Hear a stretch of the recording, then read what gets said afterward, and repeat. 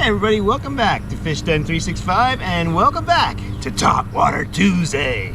Today we've got a good one for you. We're going to go into some details about how to catch these purebred and hybrid stripers at night during the alewife spawn.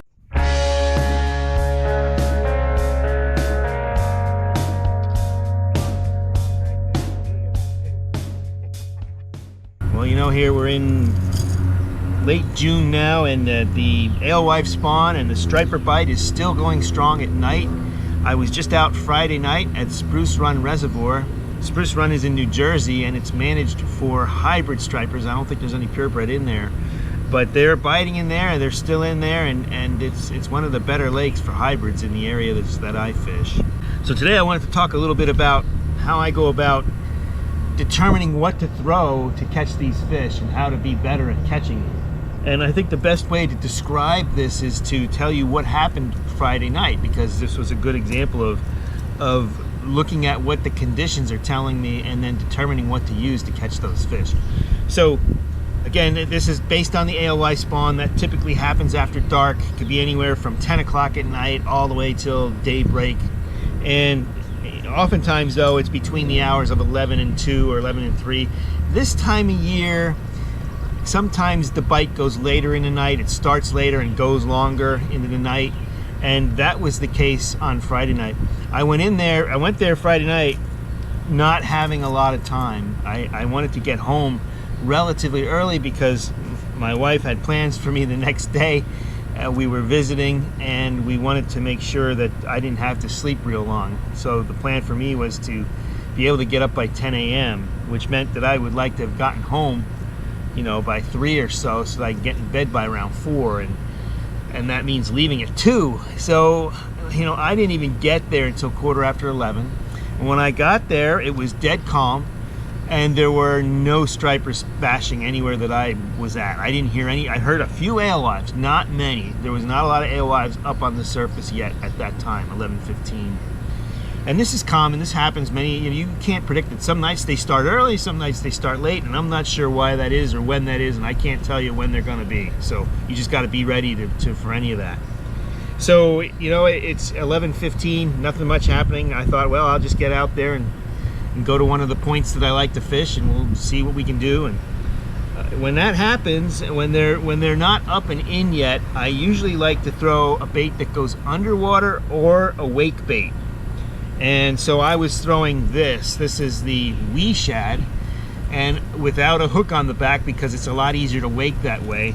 And so this is a wake bait. I just waking this slowly on the surface.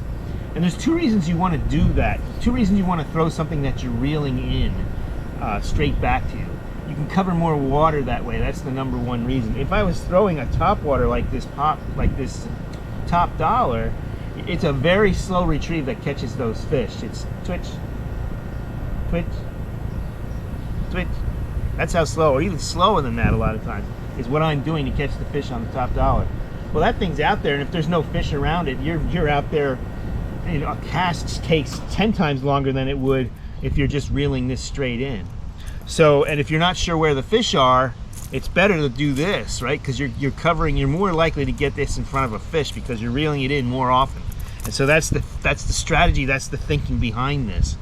So 12:30 comes along, still not a lot going on.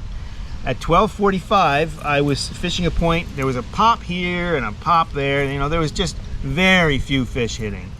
But I got one on the wee shad at 12:45. I was just reeling across the surface on a point, and that guy came up and he slammed it, and I caught that one on the wee shad.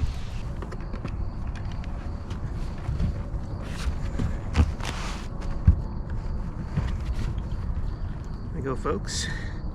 Nice hybrid out here in Spruce Run. There's not a lot happening out here. He took the wee shad, just reeling it along the surface. He took it subtly, but nice fish anyway.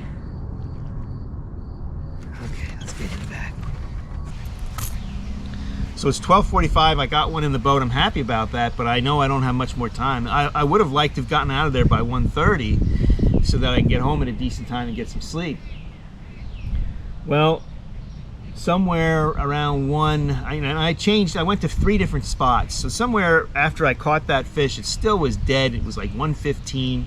So I went to another spot, and around 1:30, the alewives started to become more active where I was. And this could have been where I went too. Sometimes the spot makes a difference. There's just more fish on spots. So that's the other thing, that, you know, if you're there for a period of time and nothing's happening, go to another spot, because sometimes the fish are somewhere else. Anyway, I got there, and around 1:30 things started changing, and by 2:15 these fish were popping all over the place, and it was pretty intense.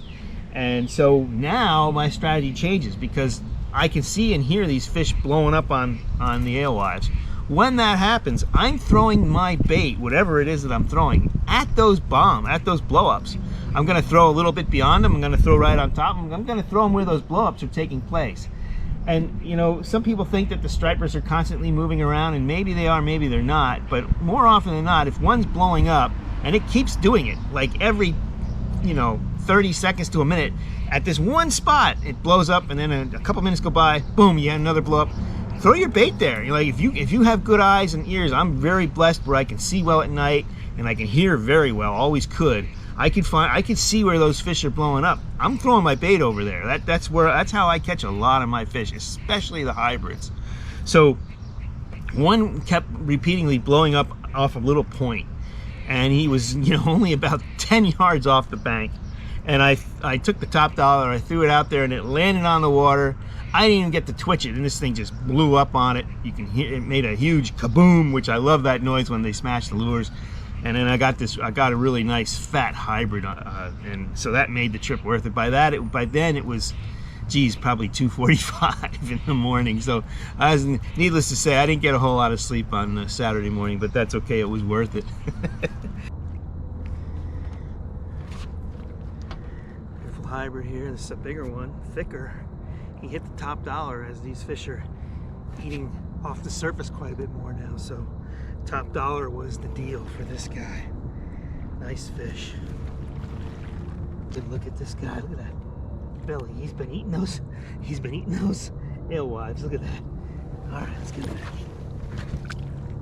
So when you're fishing for hybrids, the baits that seem to work very well as wake baits are the following. I like this wee shad. I just started using this year, but I've had a pretty good success with it. Surprisingly, this Bomber Long A is a killer, especially when they won't take some of these other baits. This one always seems to save me when I can't catch a fish. I'll throw the Bomber Long A, and I'm retrieving it incredibly slow. I mean very, very slow, where it's just making a little wake on the surface. But the hybrids like that. Now, strangely enough, if there are purebreds around, there's another bait I like. This is the redfin, the Cordell redfin, and I catch the purebreds on this. The hybrids will eat this too, but not like the purebreds do. The purebreds really like this. How do you know when they're purebreds versus hybrids? Well, that's a little hard to say. It takes some experience. You need to be out there, and you can tell. One way to tell is the hybrids, when they hit, it's a one solid doosh. It's really hard, and it's just one single syllable bang. The purebreds do that too, but oftentimes they'll move more water when they do it because they're bigger. They're longer fish. You know, when you get a 20-pound purebred and it comes up and does that douche, it moves more water. It's the body of the fish is making more water move, and that's how you know. That's how I'll know when there's purebreds in the area. And when I see that, this one goes out there immediately, because they love the redfin, and I catch a lot of purebreds on that bait. If you're not sure, one good in-between bait is the Rippling redfin. And this is the Cordell Rippling redfin. I take the middle hook off. That allows it to stay on the surface better and make it more of a wake bait. And this one, I've even drilled a hole in the back and took the rattles out. There's no rattles in this one. The redfins, most of them come without rattles. There's no rattles in this regular redfin, and I particularly don't like rattles when the water is dead still. Usually those nights they seem to eat baits without rattles better. Now, when the water has a ripple on it, or if there's a pretty good wind or chop, whole different story. Rattles are fine then. In fact, I think they're an advantage then. So a little bit of information for you from the rattle point of view too, from the noise making point of view. So this Rippling redfin is a good in-between. It catches both, the purebreds and the hybrids.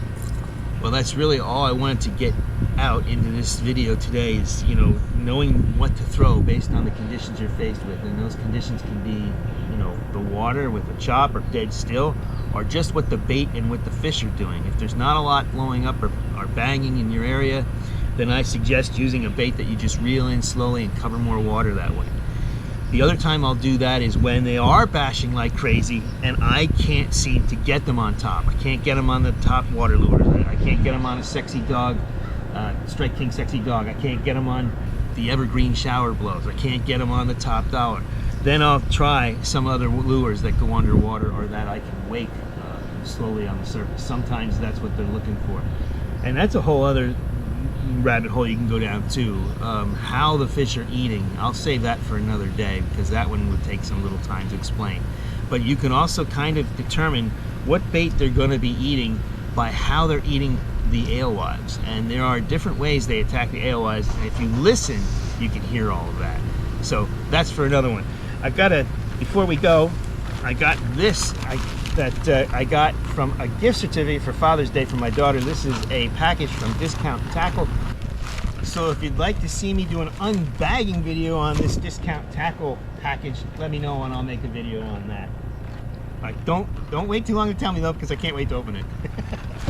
All right, that's it for today. I hope you got something out of the video. If you did, please hit that like button. If you've been watching my videos and you haven't subscribed yet, please consider subscribing. It would be deeply appreciated. It helps me grow the channel. If you're interested in seeing more videos about stripers and hybrid stripers, take a look at this playlist right here. And until next time, be safe out there. Hope to see you on the water. And as always, may God bless your fishing endeavors.